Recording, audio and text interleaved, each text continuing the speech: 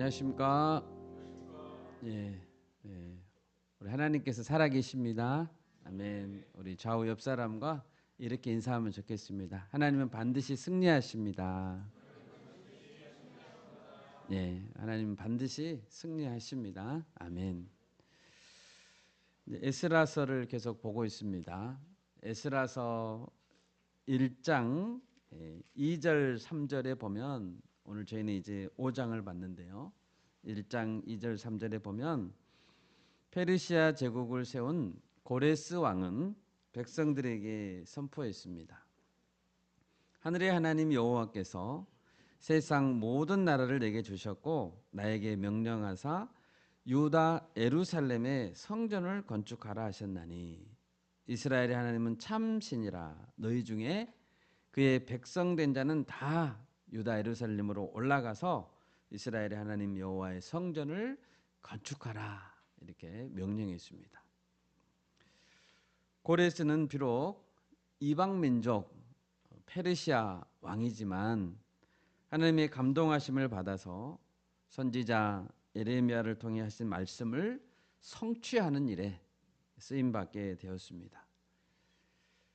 그래서 이스라엘 백성 중에서 1차 귀환자들 약 5만 명 정도 된다고 했습니다. 1차 귀환자들이 예루살렘으로 갔습니다.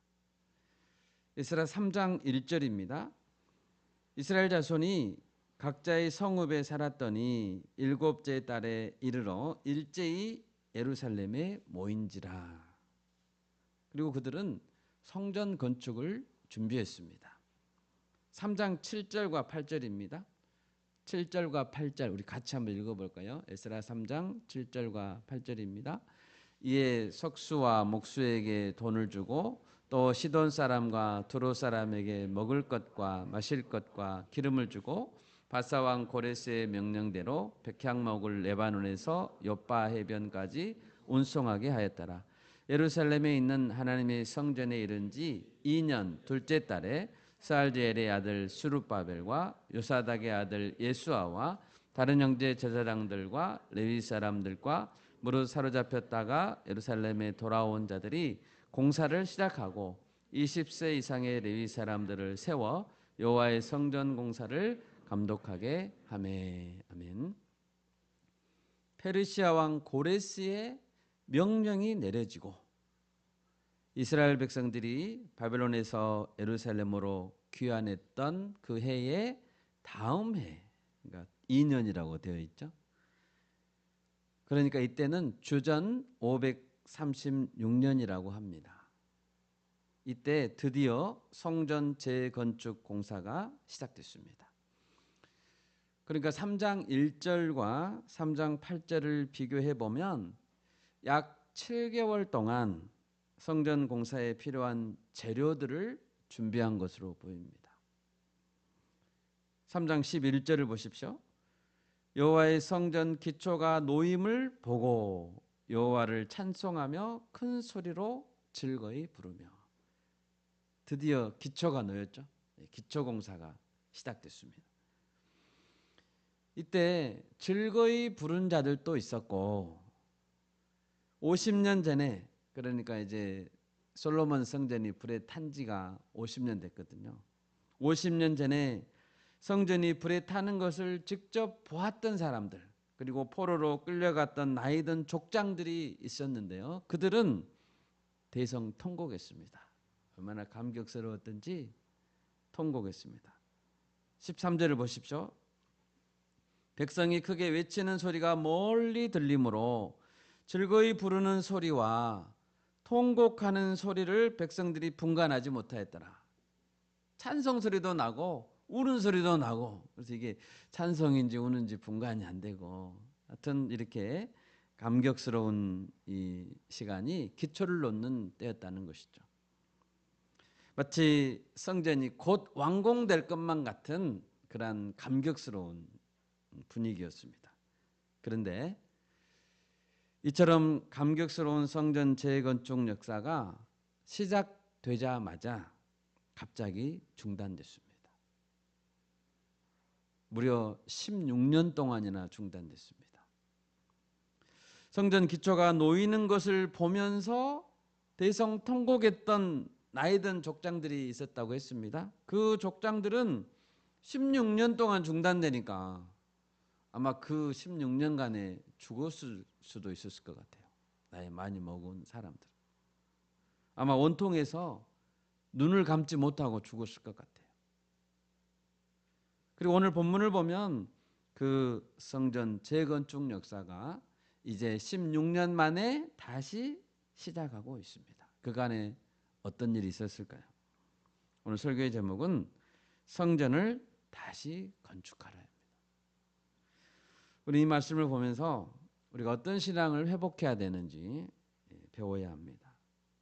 우리가 할 수 있는 것은 첫 번째로는 영적인 대적들은 반드시 성전 재건축을 방해한다는 사실입니다. 4장 1, 2절을 보십시오. 4장 1, 2절입니다. 사로잡혔던 자들의 자손이 이스라엘의 하나님 여호와의 성전을 건축한다 함을 유다와 베냐민의 대적이 듣고, 대적이 들었네요. 스룹바벨과 족장들에게 나와 이르되 우리도 너희와 함께 건축하게 하라. 우리도 너희같이 너희 하나님을 찾노라. 아수르 왕 에살라돈이 우리를 이리로 오게 한 날부터 우리가 하나님께 제사를 드리노라 하니. 여러분, 하나님의 역사에는 반드시 방해꾼들이 있습니다. 반드시 대적들이 있습니다. 선한 뜻이 분명했죠. 하나님의 뜻이 분명했죠. 잘 준비해서 시작하려고 하는데도 방해꾼들이 있다는 거예요. 이 방해하는 대적들은 누굽니까? 4장 2절을 볼 때 아수르 왕 에살핫돈이 오게 했던 자들이었습니다. 본래 이스라엘 땅 사마리아 땅에 살던 자들은 어디 갔고 지금 시비를 걸고 있는 이 대적들은 어디서 온 것입니까? 우리는 고대 아시리아가 했던 강제 이주 정책에 대해서 잠깐 살펴봐야 됩니다. 우리 열왕기하 17장을 보겠습니다. 열왕기하 17장 6절입니다. 호세아 제9년에 아수르 왕이 사마리아를 점령하고 이스라엘 사람을 사로잡아 아수르로 끌어다가 고산 강가에 있는 할라와 하볼과 메대 사람의 여러 고을에 두었더라. 끌어다 가버린 거죠. 사마리아를 점령하고 이스라엘 사람들을 끌어가 버렸습니다. 17장 24절을 보겠습니다. 17장 24절도 같이 읽겠습니다. 아수르 왕이 바벨론과 구다와 아와와 하맛과 스발와임에서 사람을 옮겨다가 이스라엘 자손을 대신하여 사마리아 여러 성읍에 두매 그들이 사마리아를 차지하고 그 여러 성읍에 거주하니라. 아시리아 지방에 살던 사람을 데려와 버렸네요. 너희들이 가서 다 차지해 버려라. 주전 722년에 북이스라엘 왕국이 망했다고 했습니다. 아시리아 제국에 망했습니다. 그러자 아시리아 왕은 사마리아에 있는 자들을 아시리아로 끌어가 버렸고 자기네 땅에 살던 자들을 사마리아로 옮겨와서 차지하도록 했습니다. 그러면 이 사람들이 와서 우리도 너희와 함께 건축하게 하라. 우리도 너희같이 하나님을 찾노라. 우리도 하나님을 믿는다고 라고 했을 때 귀환한 이스라엘 백성들은 어떤 대답을 했습니까? 에스라 4장 3절, 에스라 4장 3절을 같이 읽겠습니다. 에스라 4장 3절입니다. 스룹바벨과 예수아와 기타 이스라엘 족장들이 이르되 우리 하나님의 성전을 건축하는데 너희는 우리와 상관이 없느니라. 바사왕 고레스가 우리에게 명령하신 대로 우리가 이스라엘의 하나님 여호와를 위하여 홀로 건축하리라 하였더니 스룹바벨은 강력하게 말했습니다. 우리 하나님의 성전을 건축하는 데는 너희와 상관이 없다. 우리가 홀로 건축하겠다. 여러분, 이스라엘 백성들이 도와주겠다고 온 사람들에게 왜 이렇게 차갑게 말하고 있을까요? 지금 도와주겠다고 온 거잖아요. 이 점은 매우 중요합니다. 돕겠다고 찾아온 자들은 아시리아에서 사마리아로 이주해 와서 150년 넘게 지금 살아온 자들입니다. 만약 이들의 도움을 적극적으로 수용했다면 오히려 성전 건축 역사는 빨리 진행될 수도 있습니다. 경제적으로도 도움을 줄 수 있고 또 인력도 보강해 줄 수 있고 큰 도움이 됐을 수도 있습니다. 그런데 그들의 호의를 거절한 것처럼 보입니다. 우리는 그 이유를 분명히 알아야 됩니다. 열왕기하 17장으로 다시 가보면 열왕기하 17장 28절에서 33절까지 열왕기하 17장 28절에서 33절까지 우리 같이 한 목소리로 읽겠습니다. 28절부터입니다.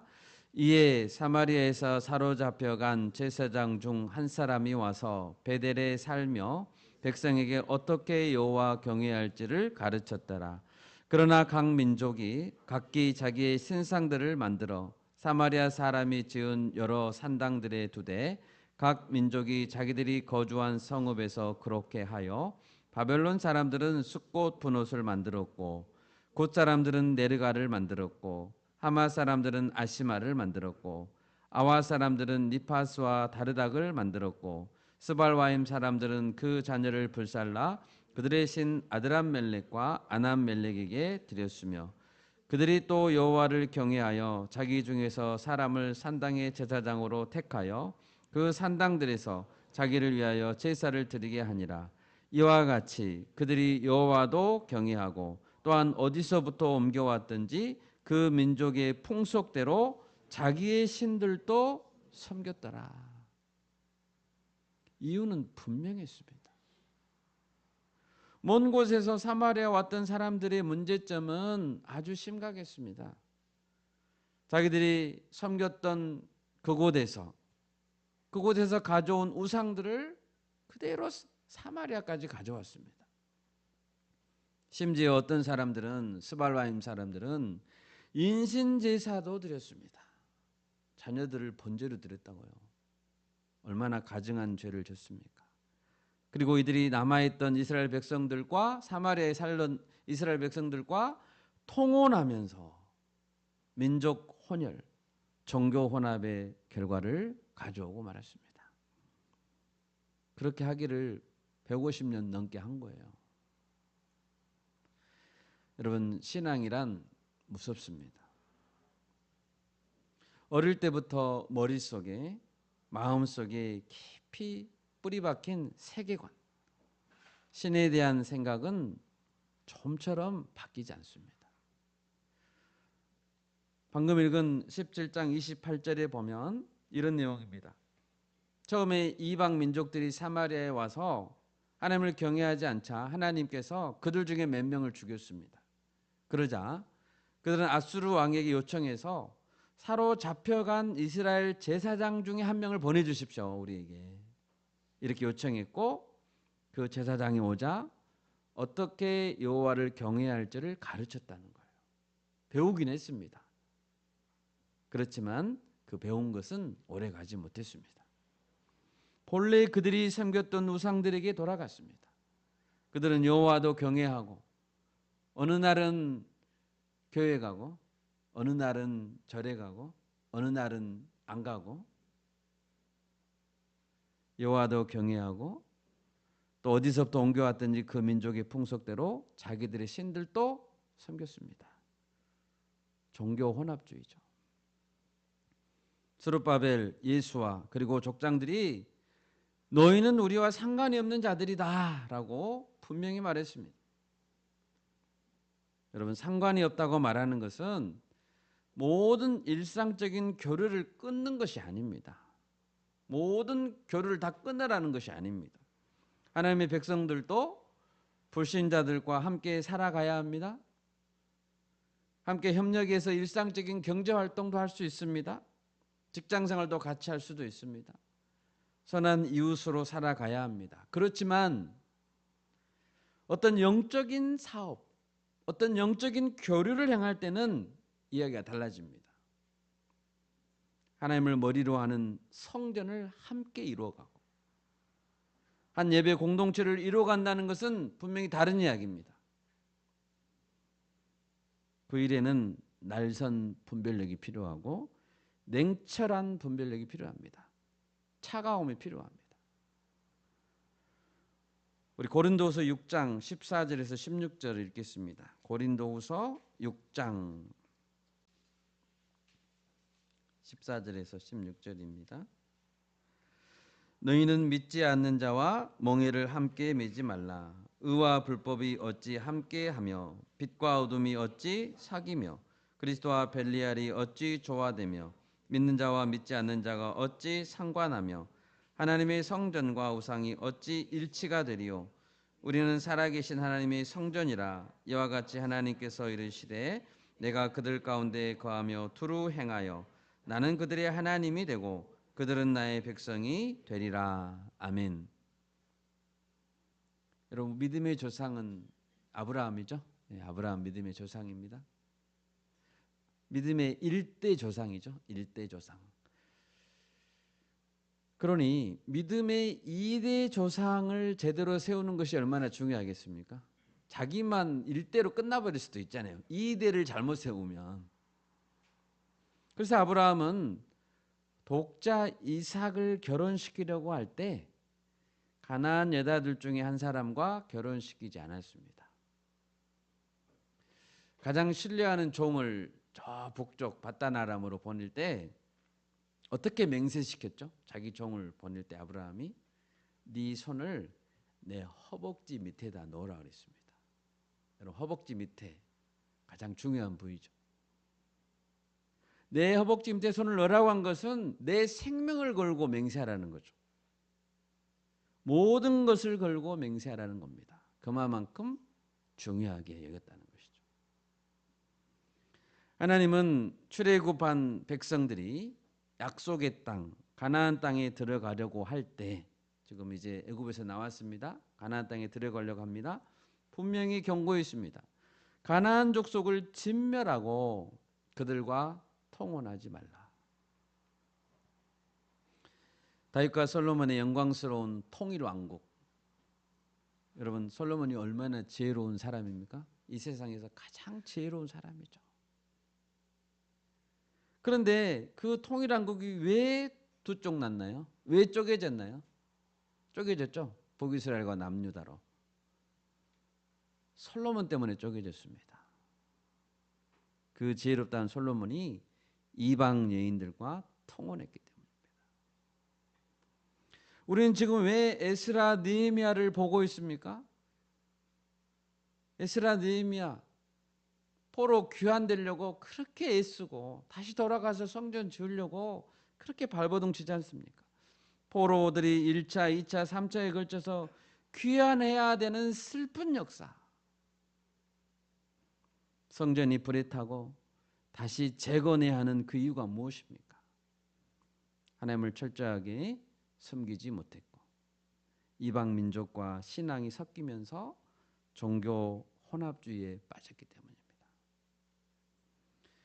여러분, 우리에겐 스룹바벨, 예수와 그리고 족장들이 가졌던 분명한 결단이 필요합니다. 아멘. 우린 너희와 상관이 없다. 물론 이것 때문에 성전 건축이 중단됐습니다. 늦어졌습니다. 때로는 규모가 축소될 수도 있습니다. 때로는 못할 수도 있습니다. 그러나 그런다고 해서 우상을 섬기는 자들과 함께 멍에를 맬 수는 없습니다. 그것이 성전이 무너졌던 이유이기 때문입니다. 오늘 본문에서 알 수 있는 두 번째는 하나님은 멈추었던 성전 재건축을 다시 시작하라고 명령했습니다. 본문의 1절을 보십시오. 에스라 5장 1절입니다. 선지자들 곧 선지자 학개와 id도의 손자 스가랴가 이스라엘의 하나님의 이름으로 유다와 예루살렘에 거주하는 유다 사람들에게 예언하였더니 하나님은 성전 건축이 중단된 지 16년 만에 오랜 세월이 흘렀죠. 페르시아의 다리오 왕 때에 학개 선지자 스가랴 선지자에게 감동을 주시고 예언의 말씀을 하게 했습니다. 학개 선지자를 통해 하신 말씀이 매우 중요합니다. 우리 학개로 한번 가볼까요? 학개 1장 4절입니다. 이 성전이 황폐하였거늘 너희가 이때에 판벽한 집에 거주하는 것이 옳으냐. 이 4절을 세번역 성경은 이렇게 번역했습니다. 성전이 이렇게 무너져 있는데 지금 너희만 잘 꾸민 집에 살고 있을 때란 말이냐? 성전은 재건하지 않고 너희 집만 좋은 집에 살고 있는 거예요. 방해꾼들이 있으니까 우리 못합니다. 핑계대면서. 하나님은 이렇게 손 놓고 마냥 기다리는 것은 잘못된 것이라고 말씀하고 있습니다. 처음 고레스 왕이 조서를 내릴 때처럼 지금 다리오 왕은 이제 알아서 일을 처리해 주지 않을 거예요. 다리오 왕이 먼저 조서를 내리진 않을 거예요. 분명히 하나님의 명령이 내려졌으면 대적들이 방해를 하더라도 어찌하든지 하루빨리 재개할 수 있도록 힘써야 했습니다. 하나님은 하나님의 일에 대해서 안일한 자세를 보이는 것, 천천히 하는 것, 여유를 부리면서 기다리는 것은 죄라고 하십니다. 여러분 그것은 죄입니다. 학개 1장 6절입니다. 1장 6절도 같이 읽겠습니다.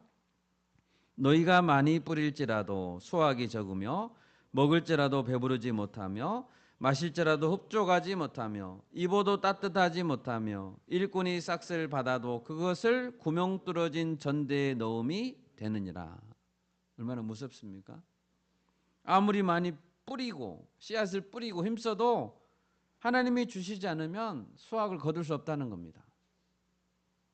배부르지 못하고 먹어도 배부르지 않대요. 먹어도 흡족하지 않대요. 옷을 입어도 따뜻하지 않대요. 매달 월급을 받아도 마치 구멍 뚫어진 전대에 넣는 것처럼 술술 새버린다는 거죠. 무슨 일이 생겨도 생겨서 돈이 나갈 수밖에 없는 상황이 생기는 거죠.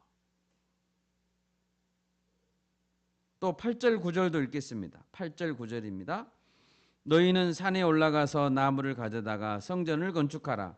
그리하면 내가 그것으로 말미암아 기뻐하고 또 영광을 얻으리라. 여호와가 말하였느니라. 너희가 많은 것을 바랐으나 도리어 적었고 너희가 그것을 집으로 가져갔으나 내가 풀어버렸느니라. 나 만군의 여호와가 말하노나 이것이 무슨 까닭이냐. 내 집은 황폐하였으되 너희는 각각 자기의 집을 짓기 위하여 빨랐습니다. 자기 집을 짓기 위해 힘쓰지 말고, 물론 집도 있어야죠.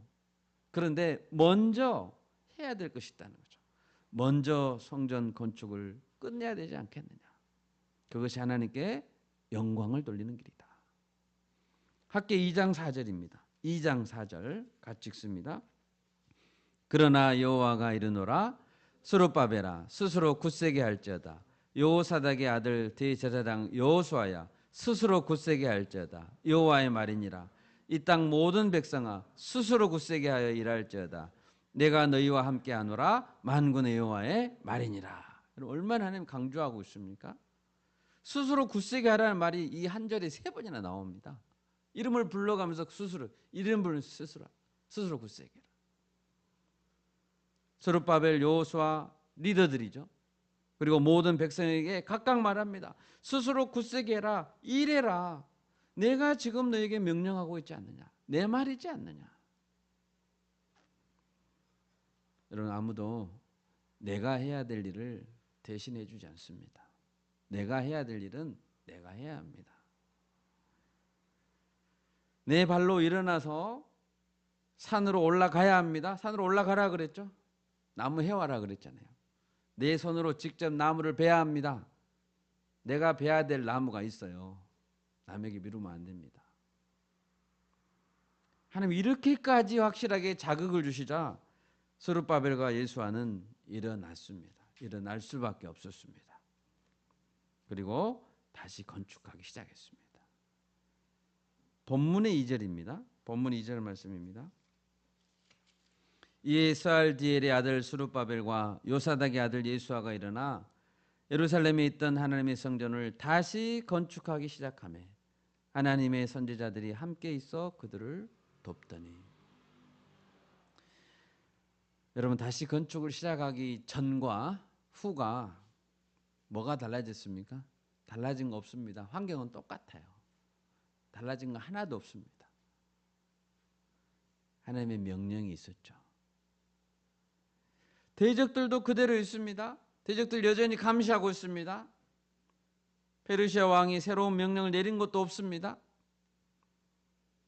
그런데 하나님의 강력한 명령이 있었습니다. 아무리 하나님의 선지자들이 학개와 스가랴가 말을 해도 귀를 닫아버릴 수도 있죠. 학개가 말해도 나 귀 닫을란다 하고 안 들을 수도 있어요. 그런데 스룹바벨과 예수아와 백성들은 그 말씀을 내게 주신 말씀으로 받았다는 거죠. 내게 주신 말씀으로. 하나님의 말씀에 순종하기로 결단했다는 것이죠. 대적들의 감시의 눈이 있습니다. 그래도 그래 감시해라. 그런데 나는 결심했어. 나는 기다릴 수 없어. 성전 건축할 거야. 여러분, 아무리 말씀을 들어도 고집을 꺾지 않는 자들이 많이 있습니다. 성전 재건축을 하지 않으면서도 신앙생활을 계속할 수 있습니다. 성전 재건축하지 않으면서도 그냥 예배 드릴 수 있다고요. 신앙생활을 잘하는 것처럼 보일 수 있습니다. 그런데 그것은 하나님 원하시는 삶이 아닙니다. 하나님의 명령을 안 지키면서도 신앙생활 잘하는 것처럼 보일 수 있다고요. 하나님 원하시는 게 아니라고요. 그런데 하나님은 한마디 말씀에 순종하는 사람을 찾으십니다. 아멘입니까? 아멘. 많은 경우에 부흥되지 않고 개혁되지 않는 이유가 뭘까요? 예배하는 사람은 있는데 순종하는 사람은 없기 때문입니다. 내가 하고 싶은 대로 하는 신앙.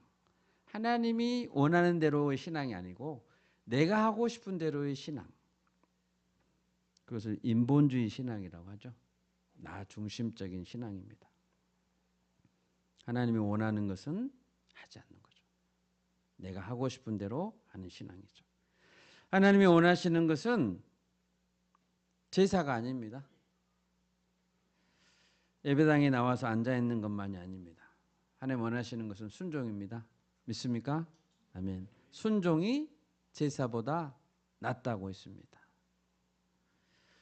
말씀을 들을 때 내게 주신 말씀으로 받고 순종하는 사람들이 있습니다. 말씀을 들을 때 이건 내게 주신 말씀이다. 하나님은 그런 사람을 찾으십니다. 우리 모두 순종하는 자들이 될 수 있기를 바랍니다. 아멘. 너희는 산에 올라가서 나무를 가져다가 성전을 건축하라. 하나님 이렇게까지 이야기했어요.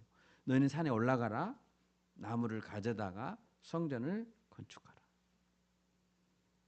내가 그것으로 말미암아 기뻐하겠다. 하나님 기쁘시게 하기 원하시죠?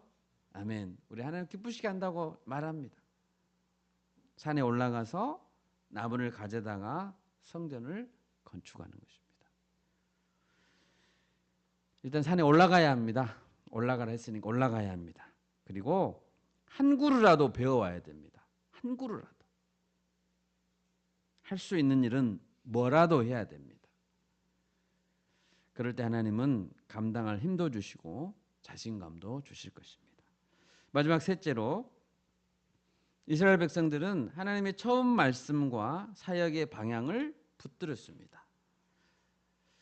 3절을 보십시오. 이스라엘 백성들을 감시하고 있던 대적들은 즉각 페르시아 총독에게 보고했을 것입니다. 그러자 유브라데 강 서쪽을 담당했던 페르시아 총독 다뜨네라고 하는 사람들이 자기 보좌관들을 거느리고 와서 따졌습니다. 그런데 이때 다뜨네는 이스라엘 백성들의 확신에 찬 말과 행동을 보았고 자초지종을 자세히 알아보기로 했습니다. 물론 하나님께서 다뜨네의 마음에 감동을 주시고 천천히 합법적으로 절차를 지키게 했겠죠. 먼저 다뜨네가 왕에게 보낸 편지를 보면 이스라엘 백성들의 결의에 찬 행동 때문에 다뜨네도 함부로 할 수 없었다는 것을 알 수 있습니다. 8절을 보십시오. 편지입니다. 왕께 아뢰옵나이다. 우리가 유다도에 가서 지극히 크신 하나님의 성전에 나아가 본즉 성전을 큰 돌로 세우며 벽에 나무를 얹고 부지런히 일함으로 공사가 그 손에서 형통하고 있습니다. 백성들이 큰 돌을 떠다가 성전을 세우고 있습니다. 지금 나무를 막 날라다가 벽을 쌓고 있네요. 공사가 빨리 진행되고 있습니다. 일한 사람들이 부지런히 일하고 빈틈없이 하고 있습니다. 다뜨네는 그 손에서 형통하고 있습니다라는 표현을 했습니다. 이것은 다뜨네가 놀라고 있는 거예요. 지금 이렇게까지 공사가 잘 되고 있어? 하나님께서 명령하신 방향에 따라서 한 마음으로 순종하고자 하니 막으려고 했던 행정 관료들이 놀라게 됐습니다. 트집을 잡으려고 해도 확신 있게 일하고 있으니까 트집을 잡을 수가 없네요. 중지하라는 말을 꺼내기가 무색할 정도로 열심히 하고 있는 거예요. 여러분, 세상은 성도들을 보고 있습니다. 세상 우리를 보고 있다고요. 우리가 확신에 찬 행동을 갖고 정말 신앙생활을 잘하고 있고 신나게 하고 있으면 놀랍니다. 감탄합니다. 감동합니다. 어제 우리 청년들이 캠퍼스에 나가서 찬양했습니다. 버스킹 조그마한 앰프 하나 들고 5분이 기타 2개 들고 막 이렇게 찬양했습니다. 큰 소리로 담대하게 했습니다. 여러분, 용기가 필요하죠. 사람들이 막 지나가는데. 원래 비 예보가 어제 있었거든요. 비 예보가 있었는데 우리가 기도하면서 한번 해보자 하니까 또 예보를 보니까 비가 내린다는 시각이 막 왔다 갔다 했어요. 아침에 온다 했다가 오후에 온다 했다가. 근데 우리가 찬양할 때 한두 방울 좀 왔어요. 한두 방울 내렸는데 그러다가 금방 또 그쳤어요. 찬양하는데 전혀 문제가 없었습니다. 그리고 찬양 다 하고 정리해서 교회에 다 도착하니까 그때부터 비가 막 왔어요. 할렐루야, 아멘. 하나님께서 좀 이렇게 비를 잡고 있는 것 같았어요. 하나님은 비를 준비하기도 하시지만 또 내리던 비를 멈추기도 하실 수 있는 분입니다. 아멘. 지나가던 분들이 전도지를 이렇게 받는 사람도 있지만 거절하는 사람도 있죠. 무한하게. 예. 또 놀라면서 이 청년들이 지금 뭐 하고 있나 이렇게 유심히 왜 저기서 노래하고 있지? 쳐다보고 있는 사람들도 있었습니다. 예수 믿으십시오. 오늘 복된 하루 되시고 좋은 하루 되세요 라고 인사하면 인사 받아야죠. 어쩌겠어요. 예. 나 좋은 하루 안 보낼 거야 그런 사람 있을까요? 그런 사람 없겠죠. 나 복 안 받을 거야 그런 사람 있을까요? 없겠죠. 축복해 주는데. 여러분, 우리가 확신에 찬 신앙생활을 할 때 세상은 우리를 함부로 할 수 없습니다. 우리는 그 모습을 보여줘야 됩니다. 저들한테 뭔가가 있구나 라는 것을 알아야죠. 또한 다뜨네의 그 편지를 보면 다뜨네의 질문에 이스라엘 백성들은 자신의 정체성을 분명히 밝혔음을 알 수 있습니다. 11절을 보십시오. 그들은 말했습니다. 우리는 천지의 하나님의 종이다 라고 했습니다. 가장 먼저 한 말이 우리는 천지의 하나님의 종이다. 아멘? 아멘. 우리는 페르시아의 백성이기도 하지만 페르시아에게 이제 점령됐으니까 페르시아의 백성이기도 하지만 그보다 먼저 하나님의 종이다. 우리는 대한민국 백성입니다. 그런데 그보다 먼저 하나님의 종입니다. 아멘. 우리는 학생입니다. 대학생입니다. 대학원생입니다. 중학생, 고등학생, 학생입니다. 그런데 우리는 하나님의 종입니다. 우리는 교직원입니다. 회사원입니다. 사업가입니다. 나는 가정주부입니다. 그런데 그보다 먼저 나는 뭐라고요? 하나님의 종이라고요. 여러분, 가정주부이기 전에 하나님의 종입니다. 무엇보다 먼저 나는 하나님의 자녀이고, 나는 하나님의 사역자이고, 나는 예수님을 구주로 믿는 사람입니다. 여러분, 이것을 누구를 만나든지 우리는 가장 먼저 밝혀야 됩니다. 당신은 누굽니까? 나는 하나님의 종입니다. 그리고 나는 회사원입니다. 그리고 나는 대한민국 국민입니다. 나는 예수를 믿는 것을 내 생명보다 더 소중한 가치로 여깁니다. 나의 이 신앙은 내 직장보다 더 소중합니다. 내 커리어보다 더 소중합니다. 내 감정, 나의 꿈, 나의 인생 계획보다 내가 하나님의 종이라는 사실이 더 중요합니다.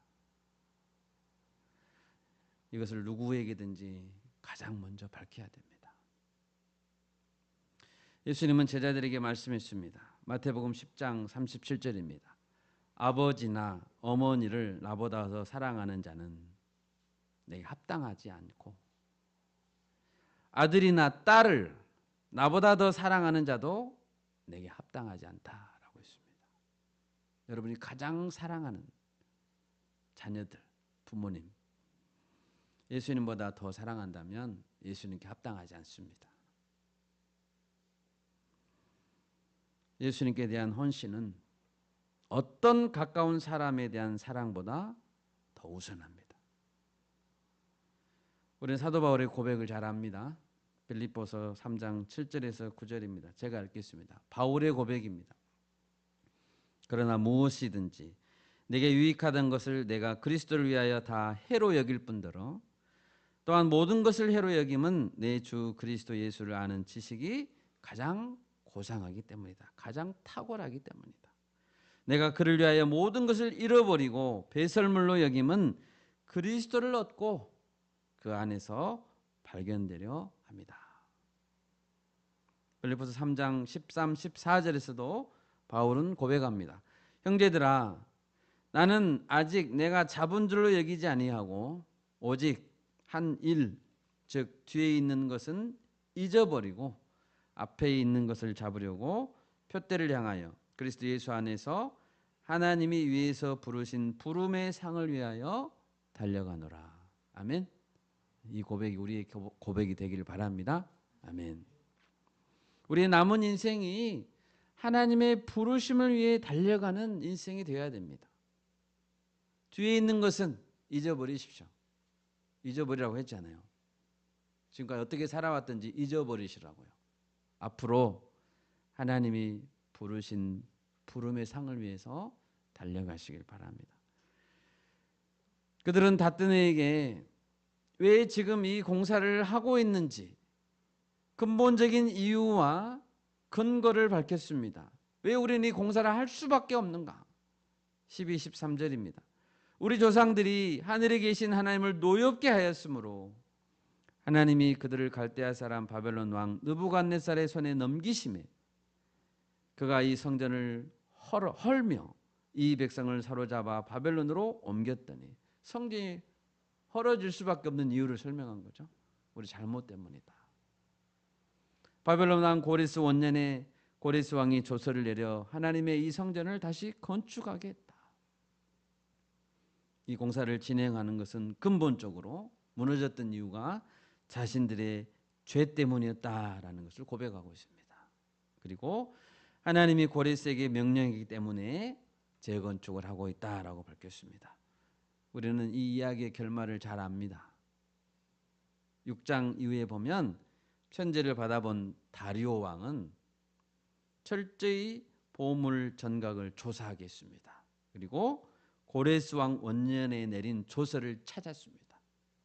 그리고 성전 재건축 역사는 이전보다도 더 신속하고 풍성하게 왕의 법적, 재정적 지원을 받고 마무리될 수 있었습니다. 말씀을 맺겠습니다. 여러분, 하나님께서 70년 만에 바벨론 포로에서 귀환시켜 주신 이유가 무엇입니까? 우리를 구원하신 이유죠. 왜 우리를 구원시켜 주셨죠? 성전 재건축, 신앙의 부흥, 신앙의 회복을 위해서 귀환시켜 주셨습니다. 대적들이 방해하면 그냥 중단해라라고 보내신 것이 아닙니다. 어찌하든지 그 역사를 완성하라고 귀환시켜 주신 것입니다. 우리에겐 대적들이 있을 수 있습니다. 있을 것입니다. 우리의 대적은 반드시 있습니다. 그러나 두려워하지 맙시다. 하나님은 반드시 승리하게 하실 것입니다. 처음 주신 회복의 말씀, 내게 처음 주신 첫사랑, 내 신앙이 순수했을 때 붙들었던 그 말씀을 놓치지 마십시오. 다시 일어서고 한 말씀에 순종하는 우리 모두가 될 수 있기를 바랍니다. 아멘. 제가 기도하겠습니다.